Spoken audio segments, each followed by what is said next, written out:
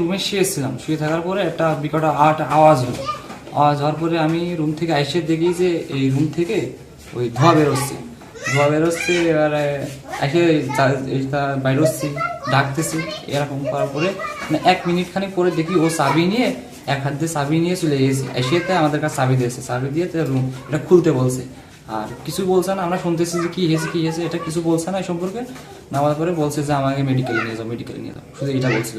ওরে এটা খুলে বাইরে নিয়ে যখন বসে রাখার পরে পাঠানো হয়েছে বাইরে। কী করছিল এটা তো জানি না, তবে এসে দেখি যে এই হাত এখানে নেই, অনেক ভিতরে কী দেখি হয়েছে সেটা তো এই সম্পর্কে জানি না।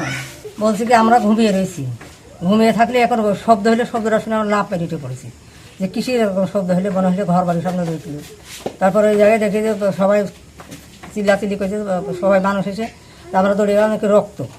তারপর ওই ছেলেরা চাবি দিয়ে এক হাতে চাবি খুলতে যাচ্ছে পারছে না, কেউ খুলে দিতে না, কেউ ওই জায়গায় দাঁড়ানিয়ে দেখি আমার রক্ত দেখি ভয়টা আমি চিড়ে আসি। তারপরে সবাই খুলিয়ে দিয়েছে, দিয়ে ছেলেগুলো নিয়ে যে ওই ছেলেরা বলে কার কাছে বলছে যে আমার তোমরা হাসপাতাল মেডিকেলে না।